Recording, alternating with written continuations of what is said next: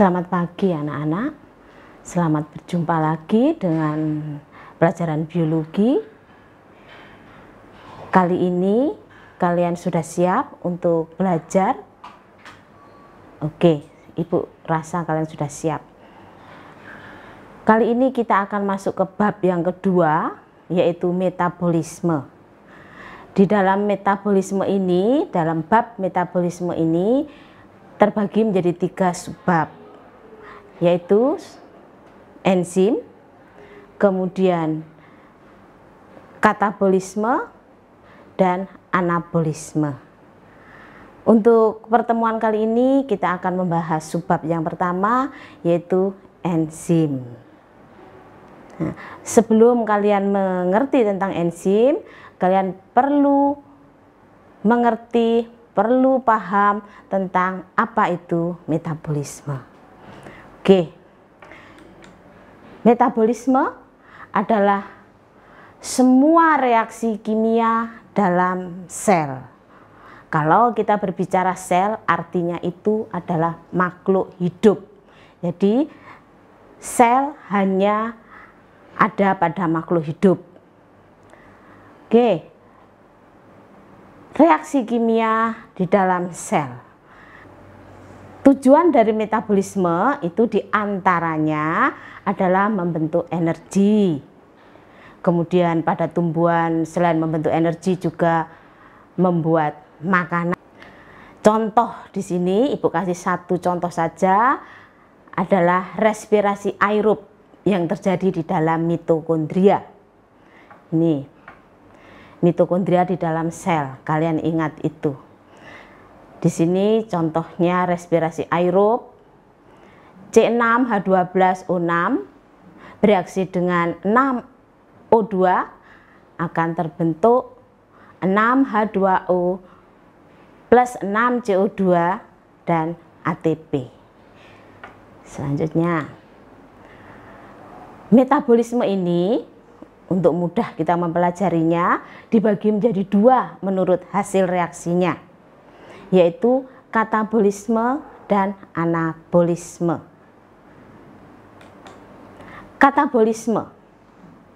Katabolisme adalah reaksi penguraian atau pemecahan molekul kompleks menjadi molekul-molekul yang sederhana. Nih, contoh respirasi aerob.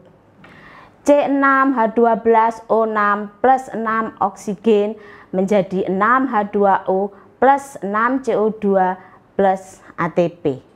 Perhatikan di sini molekul kompleks, molekul besar terdiri dari berapa atom ini? 6-nya, C-nya 6 tambah 6, 12, 24 atom. Bereaksi dengan oksigen, dia pecah menjadi kecil-kecil. 6H2O, ini hanya 3 atom. 6CO2, hanya 3 atom.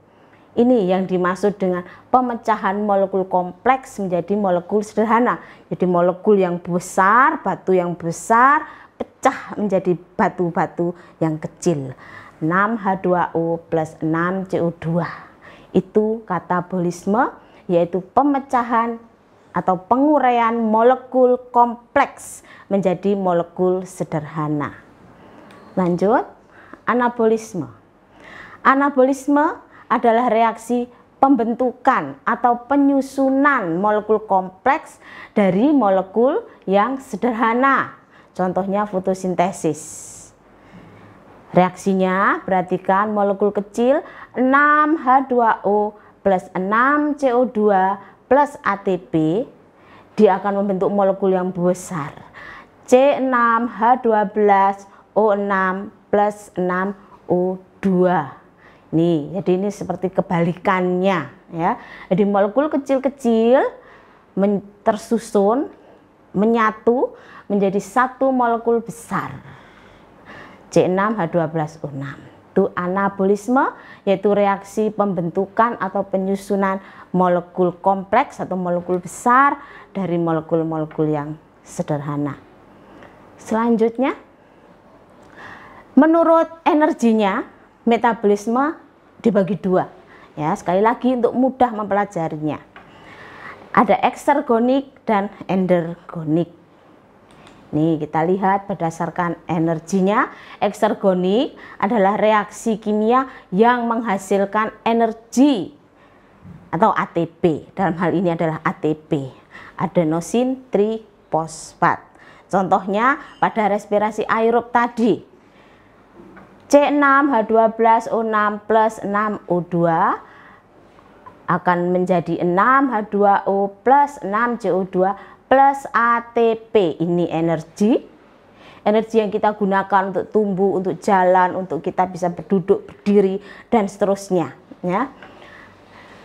Eksergonik, sekali lagi, eksergonik adalah metabolisme atau reaksi kimia yang menghasilkan energi. Endergonik adalah reaksi yang membutuhkan energi. Sini contohnya fotosintesis ya. Fotosintesis di sini dia tidak menghasilkan energi, tetapi dia butuh energi. Apakah di eksergonik tidak butuh energi? Butuh, tapi lebih besar yang dihasilkan. Oke, kita lanjut ke endergonik. Endergonik reaksi yang membutuhkan energi. Contohnya fotosintesis. 6H2O plus 6CO2 plus ATP. Ini dibutuhkan akan membentuk C6H12O6 plus 6O2 ya. Ini sekali lagi menurut energinya ada eksergonik dan endergonik. Oke, kita lanjut. Nah, sekarang kita masuk ke subbab pertama. Tadi kalian sudah mengenal metabolisme adalah semua reaksi kimia di dalam sel ya. Semua reaksi itu tidak semudah, tidak sederhana seperti yang tertulis C6 harus langsung menjadi ini, tidak, perlu tahap-tahap. Setiap tahap itu perlu bantuan molekul yang namanya enzim. Setiap tahap ya. Lanjut, enzim adalah molekul protein yang mempercepat reaksi kimia dalam tubuh makhluk hidup. Sekali lagi, enzim adalah molekul protein yang mempercepat reaksi kimia dalam tubuh makhluk hidup ya. Sehingga dia atau enzim ini disebut sebagai biokatalisator. Bio itu dalam makhluk hidup, katalis itu mempercepat reaksi. Biokatalisator artinya mengkatalis, mempercepat reaksi-reaksi kimia di dalam tubuh makhluk hidup. Oke, lanjut. Struktur enzim.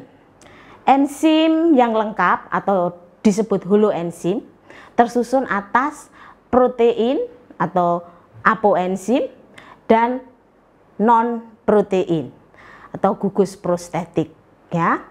Gugus prostetik ini dibagi dua. Ada ion anorganik yang disebut kofaktor, ada molekul organik yang disebut koenzim. Nih, kofaktor contohnya, eksempel itu Ca2+, jadi ion anorganik, K+, Na+, dan lain-lain. Kemudian koenzim merupakan molekul organik, vitamin B1, vitamin B2, koenzim A, semua vitamin itu masuk di sini. Selanjutnya, nah ini adalah enzim ya. Enzim yang merah ini, yang hijau ini adalah zat yang dibantu untuk bereaksi yang disebut substrat. Nah, ini substrat. Substrat itu adalah zat yang dibantu atau dipercepat reaksinya. Bagian-bagian enzim tadi ini tempatnya untuk melekat substrat itu disebut sisi aktif, active site, sisi aktif. Sisi yang tidak aktif disebut allosterik. Sisi allosterik itu sisi yang tidak berikatan dengan substrat ya. Nanti substrat akan berikatan, akan masuk sini, masuk ke enzim, kemudian dia akan menghasilkan produk. Nah, produknya ini dengan ini. Perhatikan, berubah warnanya, berubah bentuknya. tapi enzimnya tetap tidak berubah. Lanjut. Sekarang bagaimana cara enzim itu mempercepat suatu reaksi? Ternyata dia mempercepat reaksi kimia itu dengan jalan menurunkan energi aktivasi. Energi aktivasi adalah energi awal untuk bereaksi. Energi aktivasi sekali lagi adalah energi awal untuk bereaksi. Oleh enzim itu diturunkan. Ya. Nih secara grafiknya. Ini yang merah. Yang merah ini jika ini energi yang sumbu ini yang vertikal adalah energinya, energi aktivasinya. Yang merah ini adalah reaksi jika tidak ada enzim. Jika tidak dibantu oleh enzim, energinya yang dibutuhkan perhatikan segini tingginya. Tapi pada saat dia diberi enzim, with enzim, maka cukup rendah seperti ini ya. Energinya sudah bisa bereaksi, sudah jalan reaksinya. Ini artinya yang tadi bagaimana enzim mempercepat suatu reaksi, yaitu dengan jalan menurunkan energi aktivasi. Oke, lanjut. Sekarang tadi bagaimana cara enzim berikatan dengan substrat tadi pada gambar tadi. Ada dua teori untuk hal ini, yaitu seperti kunci dan gembok. Jadi kunci ini hanya cocok dengan gembok satu saja, tidak bisa dengan gembok yang lain. Kemudian ada yang induksi pas, bisa menyesuaikan. Lanjut. Kunci gembok, nah seperti ini gambarnya. Jadi kunci ini hanya cocok dengan gembok yang ini. Walaupun dengan pintu yang bersebelahan saja tidak mungkin cocok. Ini substrat akan berikatan dengan enzim, masuk ke enzim di sini pada sisi aktif yang cocok betul dengan dia. Nah, ini barulah substrat itu bisa berikatan dengan enzim dan mempercepat reaksinya. Itu kunci gembok. Oke, lanjutnya adalah yang kedua induksi pas atau induksi fit. Di sini enzim, sisi aktif enzim itu dia bisa fleksibel, bisa menyesuaikan sedikit dengan substratnya. Itu tadi bagaimana cara enzim ini berikatan dengan substrat. Nah, lanjut sekarang kita ke ciri-ciri enzim. Ciri-ciri enzim tadi dari awal dikatakan bahwa suatu molekul protein. Ciri-ciri enzim adalah protein, merupakan protein. Kalau protein berarti dia akan rusak pada suhu yang tinggi. Ya. Selain itu pada suhu yang rendah dia tidak aktif. Itu ciri protein. Kemudian bekerja pada substrat yang spesifik. Tadi kunci gembok, pada umumnya enzim itu bekerja seperti kunci gembok, spesifik sekali. Hanya enzim ini bekerja pada substrat ini ya. Yang berikutnya adalah tidak ikut bereaksi. Gambarnya tadi sudah Ibu jelaskan, enzim walaupun dia membantu reaksi tapi dia tidak ikut bereaksi. Dari awal sampai akhir bentuknya, besarnya tetap. Dapat bekerja secara bolak-balik, bisa mengubah A menjadi B, mengembalikan B menjadi A. Itu maksudnya. Oke, ini ciri-ciri enzim. Berikut, faktor yang mempengaruhi kerja enzim. Enzim itu bekerja dipengaruhi oleh faktor apa saja? 1. pH. pH, setiap enzim bekerja aktif pada pH tertentu. Kalian masih ingat enzim ekstrasel ptialin, dia bekerja di mulut, dia netral. Tapi enzim-enzim yang bekerja di lambung, dia bekerja aktif pada kondisi yang asam dan seterusnya. Tuh contoh gampangnya. Kemudian suhu. Suhu, sekali lagi enzim tadi adalah protein, sehingga enzim akan rusak pada suhu tinggi dan tidak aktif pada suhu yang rendah. Makanya kita kalau menyimpan apa-apa itu di freezer, di kulkas, supaya bakteri ini yang terdiri dari sel-sel ini tidak aktif. Oke, lanjut adalah penghambat atau inhibitor. Ya. Inhibitor atau zat penghambat, ini contohnya sianida, DDT, ya. Tuh. Inhibitor dibagi menjadi dua. Ada inhibitor kompetitif, ada inhibitor non kompetitif. Kalau kompetitif berarti inhibitor ini adalah mau bersaing dengan substrat. Dia berebut dengan substrat untuk menempati sisi aktif. Dia memiliki bentuk mirip substrat.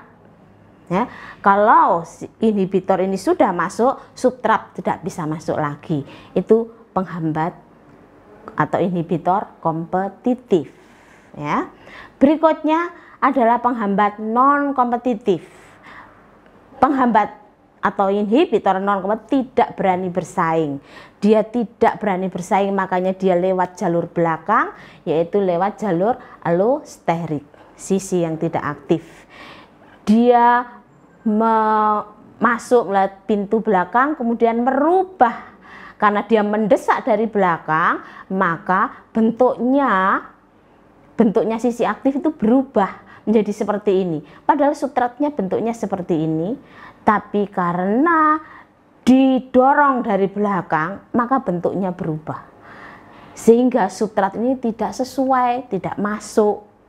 Itu penghambat non kompetitif. Jadi yang inhibitor kompetitif itu dia berani bersaing dari sisi aktif, dari sisi depan.